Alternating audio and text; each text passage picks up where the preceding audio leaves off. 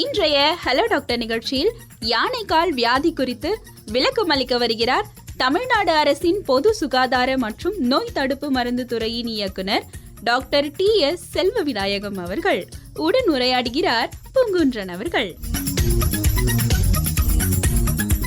வணக்கம் டாக்டர். வணக்கம், சொல்லுங்க. இந்த டிராபிக்கல் டிசீஸ்னு சொல்லப்படக்கூடிய வெப்பமண்டல நாடுகளில் உள்ள சில நோய்கள் இருக்குது. அது அந்த நாடுகளே மட்டுமே பரவலாக காணப்படுகின்ற நோய். அதில் ஒரு நோய் வந்து பார்த்திங்கன்னா இந்த லிம்பாட்டிக் ஃபிளரியாசிஸ் அப்படின்னு ஆங்கிலத்தில் சொல்கிறாங்க. அந்த நோய்க்கு தமிழில் என்ன சொல்லுவாங்க, அதை பற்றி கொஞ்சம் சொல்லுங்கள். இது வந்து நம்ம தமிழில் சொல்லும்போது இது யானைக்கால் நோய் அப்படின்னு சொல்லுவோம்.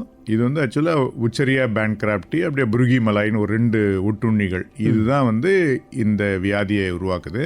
ஆக்சுவலாக இது வந்து கியூலெக்ஸ்னு ஒரு டைப் ஆஃப் மஸ்கிட்டோ, கொசு. அந்த கொசுவால் தான் இது பரவுது. தமிழில் இதுக்கு நம்ம யானைக்கால் நோய் அப்படின்னு சொல்லுவோம். இதனுடைய ஆரம்ப கால அறிகுறிகள் எப்படி இருக்கும் டாக்டர்? ஆரம்ப காலத்தில் வந்து இது மற்ற ஃபீவர் மாதிரி தான் இருக்கும். சாதாரண ஃபீவர் மாதிரி ஸ்டார்ட் ஆகும். அந்த இடத்துல நெறி கட்டிக்கும். அந்த லிம்ப் நோடு எந்த இடத்துல ட்ரெயின் ஆகுதோ அந்த இடத்துல நெறி கட்டிக்கும். சில இடத்துல லேசாக அந்த சிவப்பாக தடிப்பாக வீங்க ஆரம்பிக்கும். இது ஒரு இயர்லியரான ஸ்டேஜ். இந்த டைமில் இதை கண்டுபிடிச்சிட்டு அதுக்கு உண்டான மருந்து மாத்திரை எடுத்துக்கிட்டோம்னா இதனோட விளைவுகளிலேருந்து இதில் தப்பிச்சிக்கலாம். விளைவுகள்னு சொன்னீங்க டாக்டர். அதில் அந்த விளைவுகள் வந்து பல்வேறு கட்டங்கள் இருக்கா, அதை பற்றி கொஞ்சம் சொல்லுங்கள். ஸோ விளைவுகள் என்னென்னா, இது ஆக்சுவலாக அந்த லிம்ப் வெசல்ஸ் வந்து பிளாக் பண்ணிடும். அந்த மைக்ரோஃபைல் ஏரியா வந்து பிளாக் பண்ணிடுறதால எங்கெங்கெல்லாம் பிளாக் ஆகுதோ அந்த இடம்லாம் வீங்க ஆரம்பிக்கும். ஸோ அது அப்படியே பர்மனெண்ட் ஆகிடும். மோஸ்ட்லி இது வந்து கால்கள் தான் பெரும்பாலும் வந்து வீக்கம் இருக்கும். ஸோ அது அடுத்து விரை வீக்கம் சொல்லுவோம். ஸோ அந்த வீக்கம் வரும். சில பெண்களுக்கு பிரெஸ்ட்லேயும் வீக்கம் வரும். ஸோ இது என்னென்னா, இது வந்து ஆல்மோஸ்ட் பர்மனெண்ட்டாக இருக்கும். ஸோ எர்லியராகவே கண்டுபிடிச்சிட்டோம்னா நல்லா சரி பண்ணலாம். அதனோட பீரியடை பொறுத்து நம்ம 4 கிரேடு சொல்லுவோம். கிரேட் 1, 2, 3, 4 அப்படின்னு சொல்லுவோம். டாக்டர், இதில் வந்து வெறும் அந்த வீக்கம் மட்டும்தான் இருக்குமா, இல்லை அது போக வந்து உடல் வலி இல்லாட்டி காய்ச்சல் இது மாதிரி வேறு விதமான அறிகுறிகள் எதுவும்? இனிஷியல் ஸ்டேஜஸில் உங்களுக்கு ஃபீவர் இருக்கும், உடல் வலி இருக்கும், வீக்கம் இருக்கும், ஒரு டயர்ட்னஸ் இருக்கும். இன்னொன்று, இது உங்களோட ஃபிசிக்கலாக வீக்கம் பெருசாக்கும் போது உங்களோட மொபிலிட்டின்றது, உங்களுக்கு நடக்கிறது கூட சிரமமாக இருக்கக்கூடிய சூழ்நிலை வரும். சில டைமில் அந்த வீக்கம் மடிப்புகள் பெருசாக இருக்கும்போது அதிலேயே இன்ஃபெக்ஷன் வரும். ஸோ இது மாதிரியான பிரச்சனைகள் வரும். ஈஸி வந்து முடிஞ்ச அளவுக்கு இந்த மஸ்கிட்டோ இல்லாமல் பார்த்துக்கணும். உடனுக்குடன் இந்த மாதிரி இருந்தால் ட்ரீட்மெண்ட் எடுத்துக்கணும்.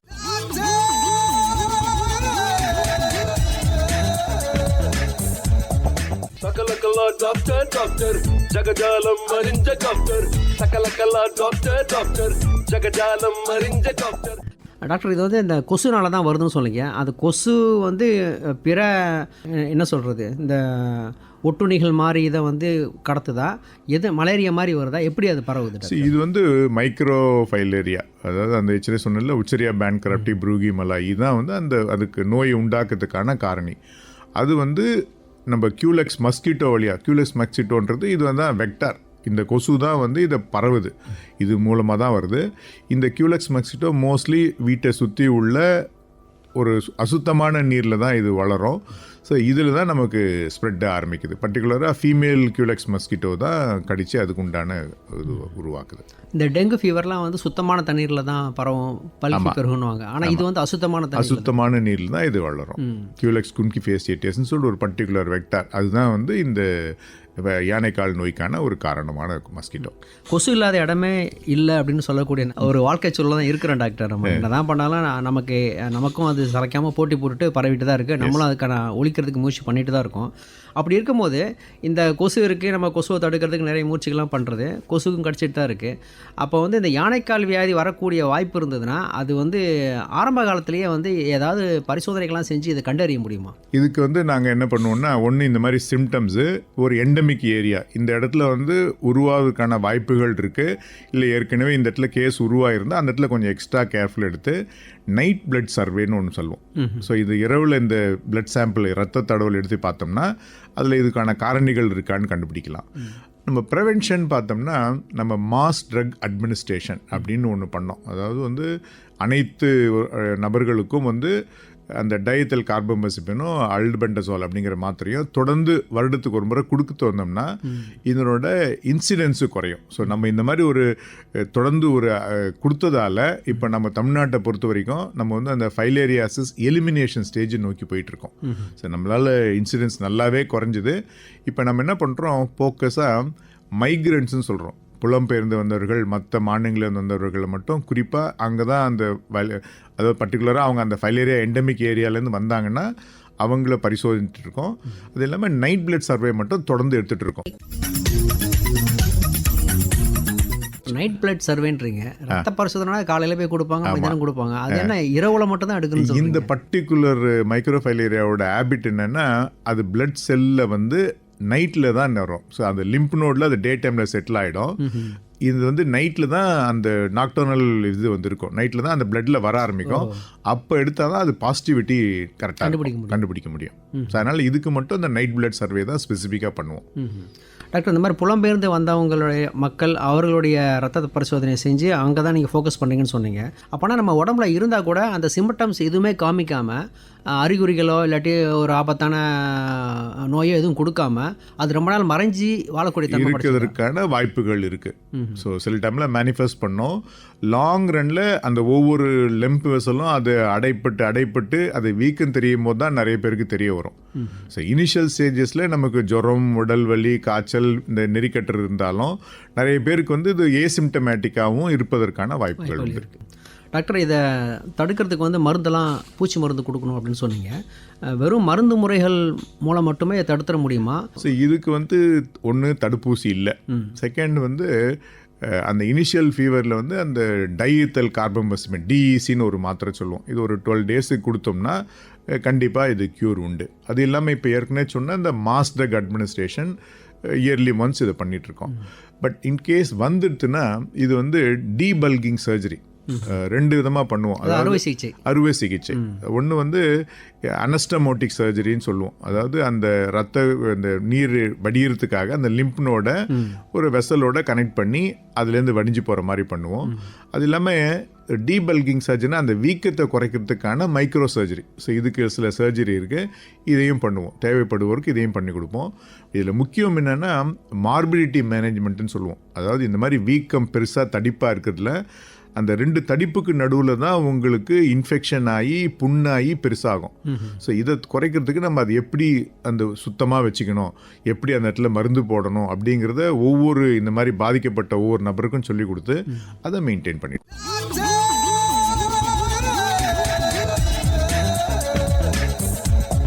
சகலகலா டாக்டர் டாக்டர் ஜகஜாலம் அறிஞ்ச டாக்டர் சகலகலா டாக்டர் டாக்டர் ஜகஜாலம் அறிஞ்ச டாக்டர். டாக்டர், இதுக்கான சிகிச்சை முறைகள் வந்து நம்மளுடைய அரசு மருத்துவமனைகளில் கிடைக்குதா?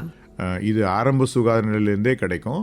இன்னொன்று வந்து இந்த மாதிரி இப்போதைக்கு நாங்கள் இது கணக்கு எடுத்து வச்சுருக்கோம். ஸோ ஃபார் எக்ஸாம்பிள் தோராயமாக ஒரு 8400 பேர் வந்து இன்னைக்கு தேதியில் தமிழ்நாட்டில் கிரேடு 4 இருக்காங்க அப்படின்னு. ஸோ இந்த கணக்கு எடுத்து லைன் லிஸ்ட் பண்ணிவிட்டு அவங்கள குறிப்பாக அவங்களுக்கு உண்டான மருந்து மாத்திரைகளோ இப்போ நான் சொன்ன அந்த மார்பிலிட்டி மேனேஜ்மெண்ட்டோ இது தொடர்ந்து கொடுத்துட்ருக்கோம். சொல்லப்போனால் இவங்களுக்கு ஒரு மாதாந்திர உதவித்தொகையும் அரசு சார்பில் வழங்குகிறோம். ஒரு 1000 ரூபாய் உதவித்தொகை வந்து மாதம் அவங்களோட டிபிடின்ற முறையில் அவங்க கணக்குக்கு செலுத்திட்டுருக்கோம். நல்ல முயற்சி, நல்ல விதமான மருத்துவ சிகிச்சை தான் கொடுக்குறீங்க. டாக்டர், இப்போ வந்து தமிழ்நாட்டை பொறுத்த வரைக்கும் சொன்னீங்க, நம்ம நாட்டில் மொத்தமாக அகில இந்திய அளவில் வந்து எந்த நிலைமையில இந்த நோய் இருக்குது? இது வந்து இப்போ நிறைய மாநிலங்களில் இன்னும் கட்டுக்குள் வர நிலைமையில் தான் இருக்குது.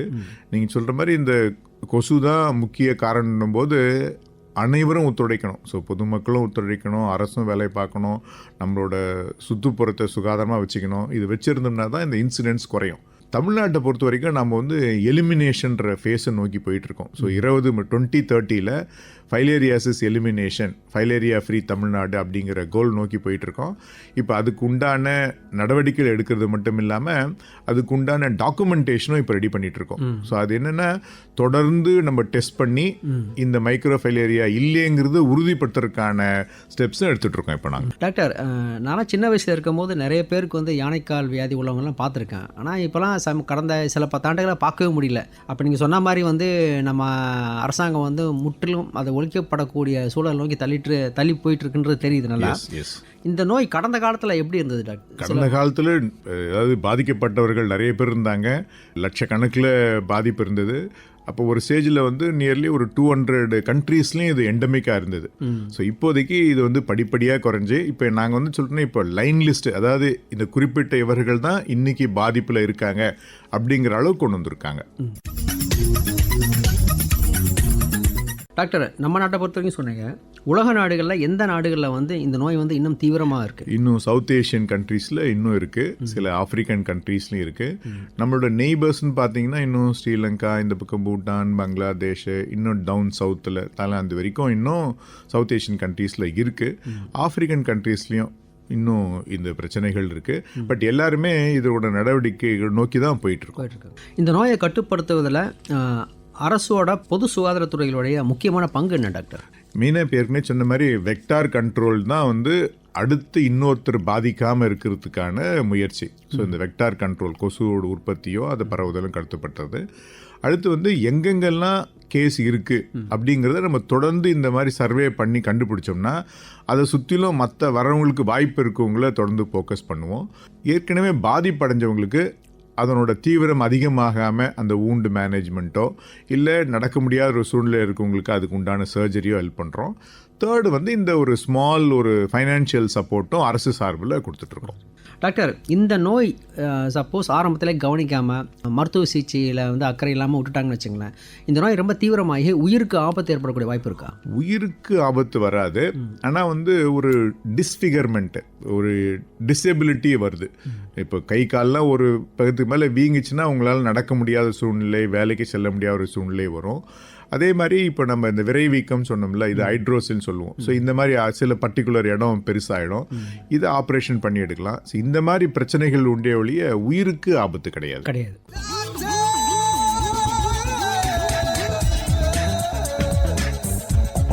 சகலகலா டாக்டர் டாக்டர் ஜகஜாலம் அறிஞ்ச டாக்டர், சகலகலா டாக்டர் டாக்டர் ஜகஜாலம் அறிஞ்ச டாக்டர். டாக்டர், இது மாதிரியான கொள்ளை நோய்கள், பொதுமக்களிடையே ரொம்ப வேகமாக பரவக்கூடிய நோய்கள், பிரச்சனை கொடுக்கக்கூடிய நோய்கள்லாம் வந்து ஒழிப்பதற்கு அரசாங்கம் வந்து பல்வேறு முயற்சிகள் எடுத்துகிட்டு இருக்கு.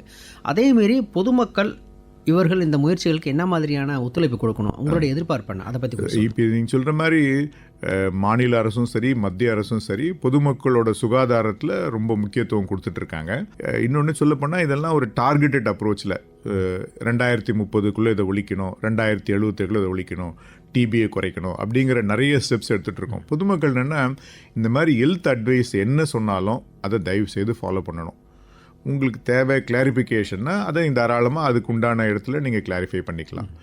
அது இல்லாமல் நம்ம சுற்றுப்புற சுகாதாரம் வந்து ரொம்ப அவசியம். இதோட வந்து யாரோ ஒருத்தர் பண்ணாலாம் சரியாகாது, எல்லாரோட ரோலும் இதில் இருக்குது. அரசோட ஒத்துழைத்து அந்த சுற்றுப்புற சுகாதாரத்தை வச்சுக்கணும். செகண்ட் வந்து நம்ம எல்லாருமே அந்த ஒரு ஹெல்த்தி லைஃப் ஸ்டைல். ஸோ இந்த லைஃப் ஸ்டைல் மாடிஃபிகேஷன் வந்து நம்மளோட இது ஒரு நாள் ஹேபிட்டாக இல்லாமல் ஒவ்வொரு நாளும் இந்த லைஃப் ஸ்டைல் மாடிஃபிகேஷன் இருந்தால் மட்டும்தான் எதிர்வரும் காலத்தில் நம்ம சுகாதாரத்தை நம்ம மேம்படுத்த முடியும். டாக்டர், இது வரைக்கும் லிம்பாட்டிக் ஃபிளாரியோசிஸ் எனப்படும் யானைக்கால் வியாதி பற்றி, அது எப்படி வருது, அதனோட அறிகுறிகள் என்ன, அரசாங்கம் அதை வந்து தடுத்து நிறுத்துவதற்கு என்ன மாதிரியான நடவடிக்கைகள் எடுத்திருக்கு, அதை பற்றிலாம் சொன்னீங்க. பொதுமக்கள் எப்படி ஒத்துழைப்பு கொடுக்கணுன்றதை பற்றியும் சொன்னீங்க. அரங்கத்திற்கு வந்து நிகழ்ச்சியில் கலந்துக்கிட்டதுக்கு ரொம்ப நன்றி டாக்டர். நன்றிங்க. ஹலோ டாக்டர் நிகழ்ச்சியில் யானைக்கால் வியாதி குறித்து விளக்கமளித்தவர் தமிழ்நாடு அரசின் பொது சுகாதார மற்றும் நோய் தடுப்பு மருந்து துறையின் இயக்குனர் டாக்டர் TS செல்வ விநாயகம் அவர்கள். உடன் உரையாடியவர் பூங்குன்றன் அவர்கள்.